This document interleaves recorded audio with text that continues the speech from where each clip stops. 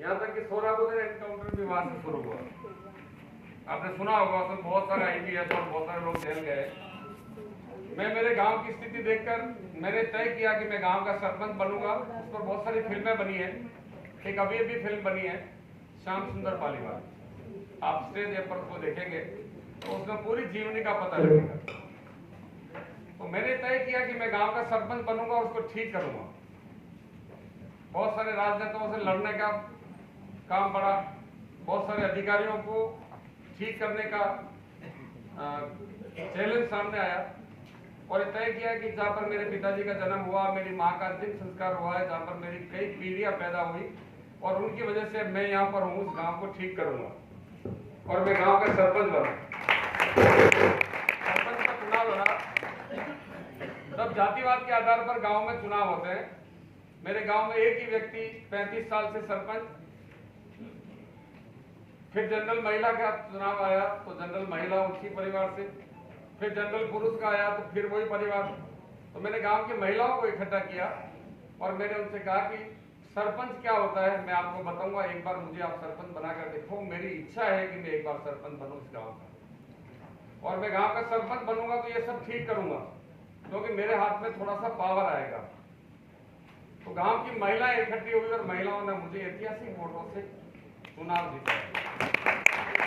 और चुनाव के समय मैंने उन लोगों से वादा किया था कि मैं आपको झूले में झुलाऊंगा।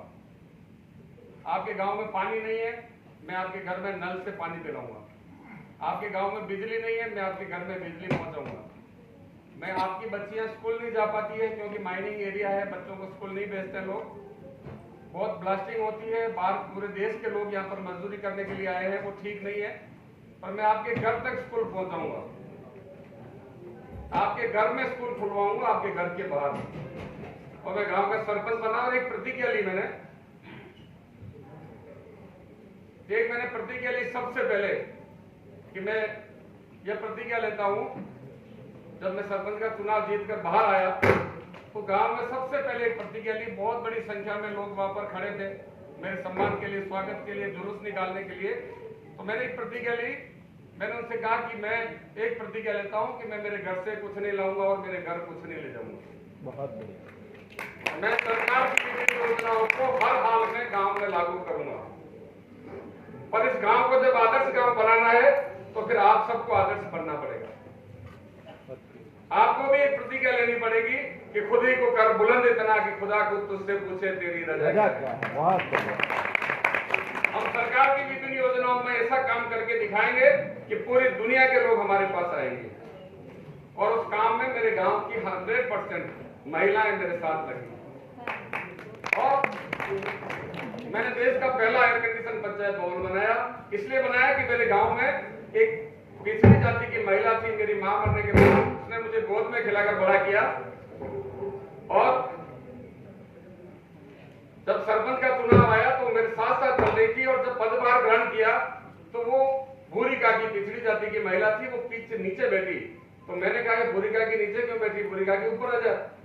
तो ग्राम सेवक ने कहा कि नहीं महिलाएं नीचे ही बैठेगी, नीचे बैठती यही परंपरा है। तो मैंने कहा नहीं, ये परंपरा तोड़ दो हाथ से। महिलाएं और पुरुष, गरीब और अमीर हमारे बराबर बैठेंगे। और हमने देश की पहली एयर कंडीशन पंचायत भवन बनाया, उसको राजीव गांधी सेवा केंद्र और अटल सेवा केंद्र नाम देकर पूरे देश में लोगों ने उतारा।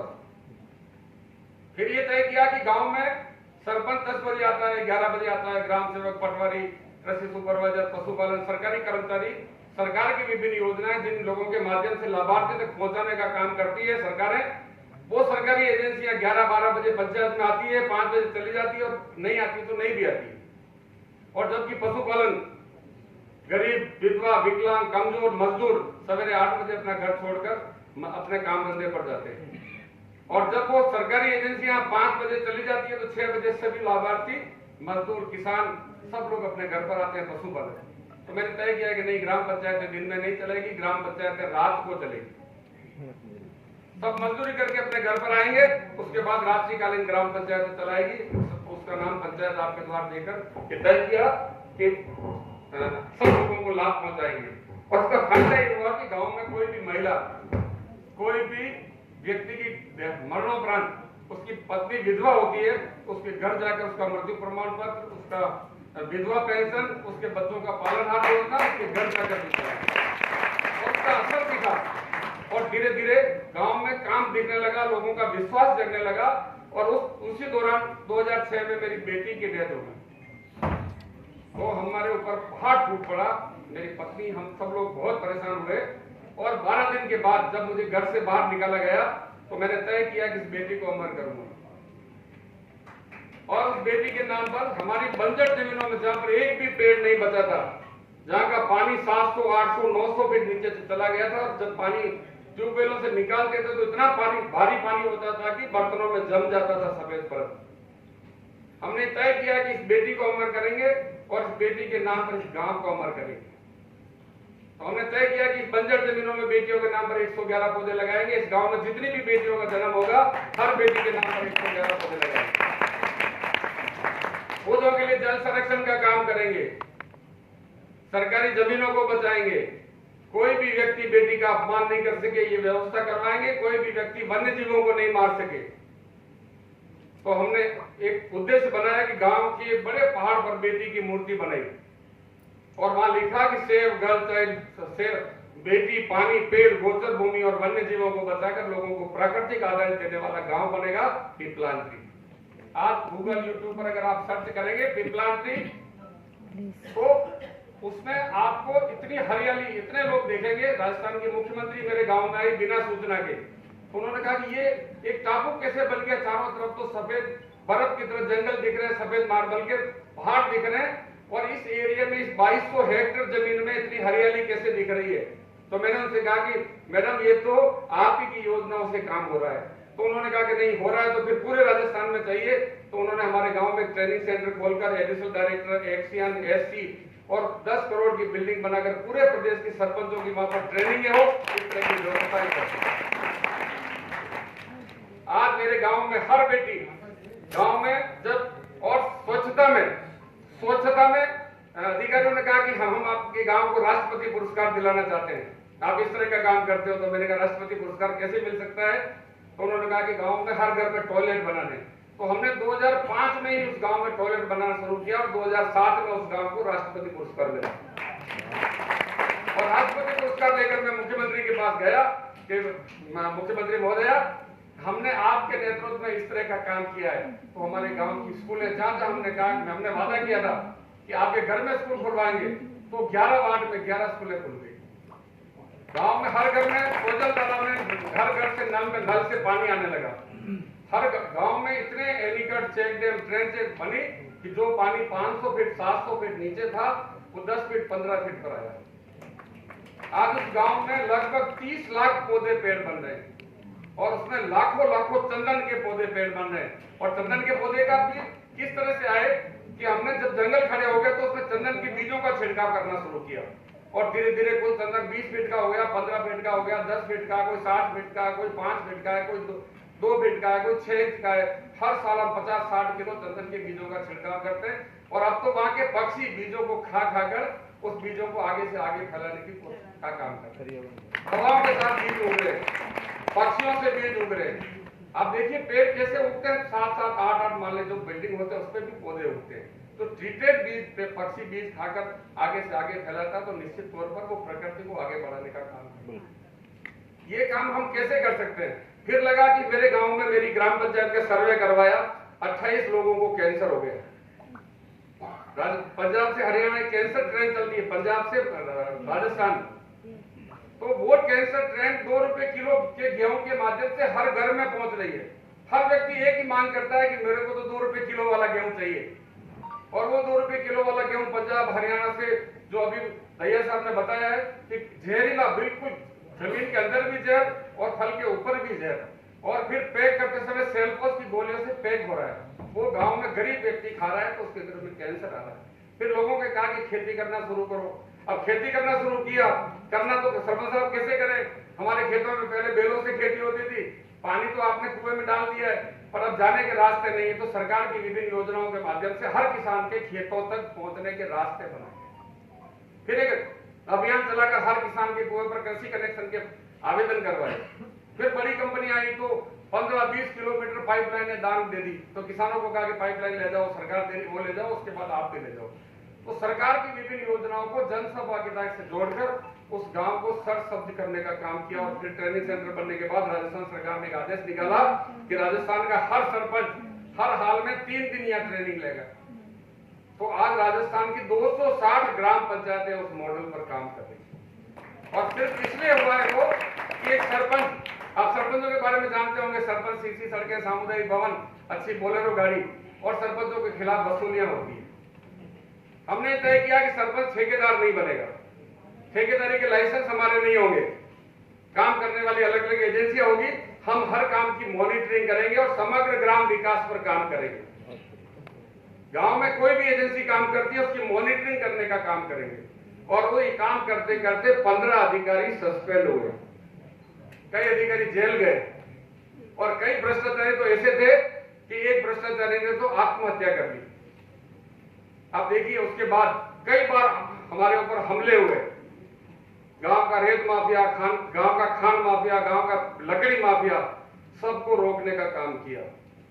गांव में बेटियों का सम्मान करने का काम किया, गांव के पानी का सम्मान करने का काम किया, और आज वो गांव सरसब्ज हुआ है और उसके पीछे बहुत बड़ा आंदोलन हुआ है। ये काम पूरे देश में करने की आवश्यकता है। राजस्थान की 260 ग्राम पंचायतें तो इस मॉडल पर काम कर ही रही है, पर वो मॉडल पूरे देश में लागू होना चाहिए। और उसके लिए हम सभी स्वयंसेवी संस्थाएं, हम एनजीओ, हम जितने भी सामाजिक कार्यकर्ता हैं, ये तय करें कि हम जितना काम कर रहे हैं वो तो करें। ये मेरा अनुभव है कि हम जितना काम कर सकते हैं करें। हमारे पास जमीनों की कमी है, हमारे पास पैसे की कमी है, पंचायतों के पास बहुत पैसा है, पंचायतों के पास हजारों बीघा जमीनें हैं, पंचायतों के पास बहुत पैसा है, बहुत जमीन है और बहुत पावर है। तो सरकार के माध्यम से हम गांव को सरसब्ज कैसे करें, और ये चैलेंज कि गांव खाली हो रहे शहरों की तरफ जो भाग रहे हैं, गांव खाली हो रहे हैं और शहरों की आबादी बढ़ रही है, इसको रोकने का काम करेंगे। तब जाकर हमारा देश वापस गांवों की तरफ बढ़ने का काम करेगा। और आने वाले समय में मैं तो ये भी मानता हूं कि गांव बचाओ अभियान चलाना पड़ेगा सरकारों को। गांवों से जो शहरों की तरफ लोग भाग रहे हैं उनको रोकना पड़ेगा, और उसको रोकने का एक ही तरीका है कि हमारा गांव की तरफ रुझान बढ़े, जहां पर हम सब लोग कभी न कभी गांव से निकले हैं। चाहे मैं निकला हूं, मेरे पिताजी निकले हैं, मेरे दादाजी निकले हैं, और हम हैं तो गांव के ही।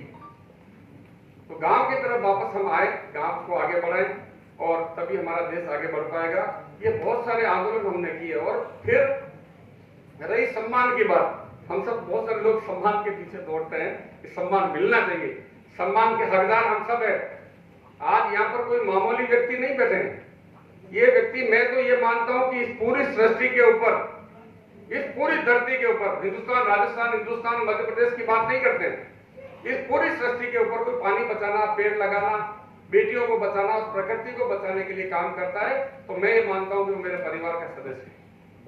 और हम सब लोगों को ये मानकर आगे काम करना पड़ेगा। कोई किसी की हिम्मत बनाकर काम करता है, कोई कागज कलम लेकर उसकी मदद करता है, कोई धरातल पर काम करता है, तो हम सब एक दूसरे के सहयोगी हैं, हम सब कार्यकर्ता हैं इस प्रकृति के। और सम्मान, मैंने तो कभी नहीं सोचा कि मुझे पद्मश्री मिलेगा, मैंने तो कभी नहीं सोचा कि मुझे कौन बनेगा करोड़पति में जाने का अवसर मिलेगा, मुझे तो कभी नहीं सोचा कि नाना पाटेकर, सयाजी शिंदे, ये और भी बहुत सारे लोग मुझे बुलाएंगे, मेरे साथ बैठेंगे, मेरे गांव में आएंगे, मेरे पर फिल्में बनेगी। मैंने कभी सोचा नहीं था। मेरा तो कहना मेरे गांव का पटवारी भी नहीं मानता था।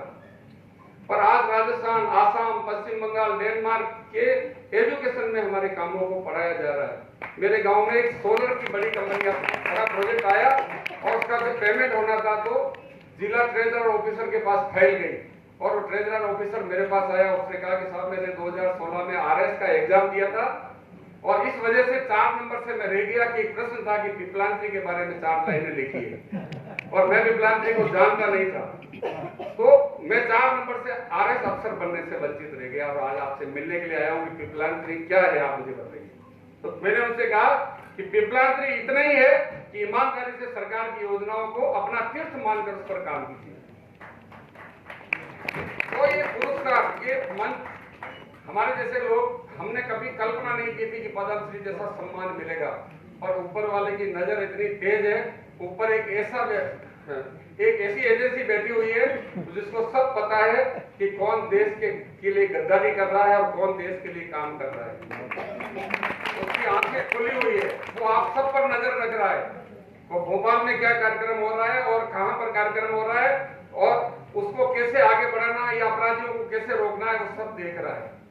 तो आइए हम सब मिलकर इस प्रकृति को बचाने का काम करें और ऐसे कुमरे जी जैसे व्यक्तियों का सम्मान करें कि ये गुरु गोविंद दो खड़े और काके लागू बाप बलियारी गुरु अपने गोविंद दियो बताया। कुमरे जी ने पूरे देश के पर्यावरणविदों को एक मंच पर लाकर खड़ा कर दिया। इसलिए हम सब लोगों को ऐसे व्यक्तित्वों को धन्यवाद देना चाहिए और इस तरह के आयोजन देश के हर गांव में, हर शहर में, हर जिले में होने चाहिए। बहुत सारी कमियां भोपाल में भी होगी। मेरा ये भी मानना है कि अतिक्रमणकारी आक्रमणकारी से भी ज्यादा खतरनाक होता है। जो व्यक्ति सरकारी जमीनों पर अतिक्रमण करता है, सरकारी संसाधनों पर अतिक्रमण करता है, नेताओं पर अतिक्रमण करता है, अधिकारियों पर अतिक्रमण करता है, ये तो मेरा कार्यकर्ता है। अब कार्यकर्ता में कोई समझ नहीं, उसके पास समय नहीं, फिर भी वो नेताओं का कार्यकर्ता बनकर वो गांव का माहौल खराब करता है। तो ऐसे लोगों से सावधान रहकर, अतिक्रमणकारियों से बचकर हम देश को आगे बढ़ाने में सहयोग करेंगे। और आज इस पर्यावरण संसद से बहुत सारी चीजें निकल कर जो आएगी, हम हर गांव तक, हर मोहल्ले तक पहुंचाने का काम करेंगे। आपका बहुत बहुत धन्यवाद। आभार। भारत माता की जय।